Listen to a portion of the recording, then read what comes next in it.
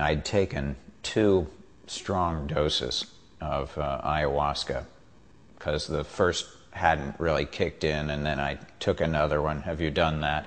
Oh yeah, yeah. So hey, it's not working, and then you double up, and then you're going, whoa! It's all hitting at the same time, and so in the Buddhist tradition, they talk about everyone has Buddha nature, and it's just a matter of not really realizing your own already enlightened state.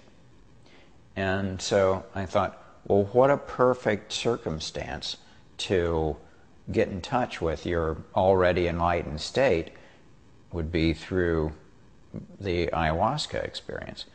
And so I sat up and started my kind of meditative position, and I thought, well, I'll just be Buddha, be my own kind of Buddha being. And so I did that for a couple minutes, and I was feeling like my mind just expand and extend out through the whole web of life. And this was the jungle, so it was very fertile and chirping and lots of animals and all the flora and fauna and extending out through the cities. And somehow, the mind is able to extend and expand out through all these beings.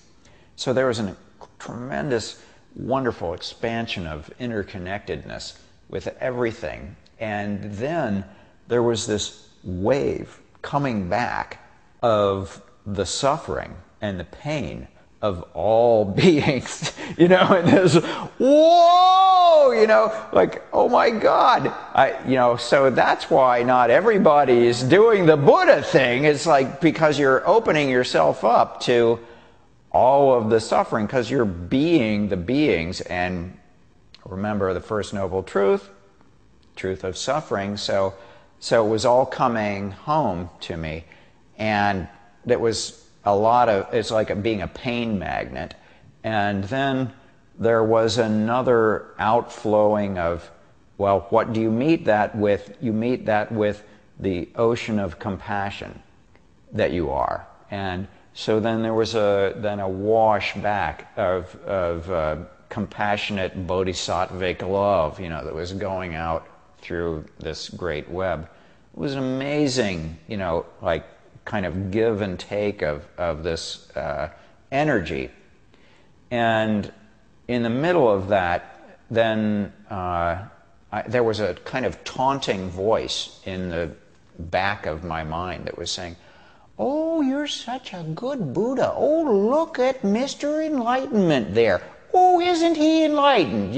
And think of how wonderful he is. He didn't even call his wife and daughter today. Now, did he? He promised he'd call them. Now, but Mr. Enlightenment doesn't have time for his own wife and daughter, now does he? And so it was like from this kind of sense of interconnectedness with everything and this enlightened state, I went careening down into puking all over myself. And just because I'd taken a double dose, I was completely unable to get up and clean myself or anything. So it was a very humbling taste of Buddhahood mixed with a swimming in the swill of my own vomit. I think that kind of covers the spectrum that you can get out of an ayahuasca experience. I think ayahuasca can show us how beautiful we are inside and what kinds of possibilities we have for love and for actions of kindness.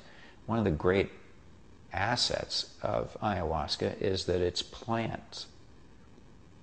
And, what better way to root ourselves back into the web of nature and a compassion for this web of life than through the plants themselves. You know, the plants are talking to us. We need to listen. Gnosis.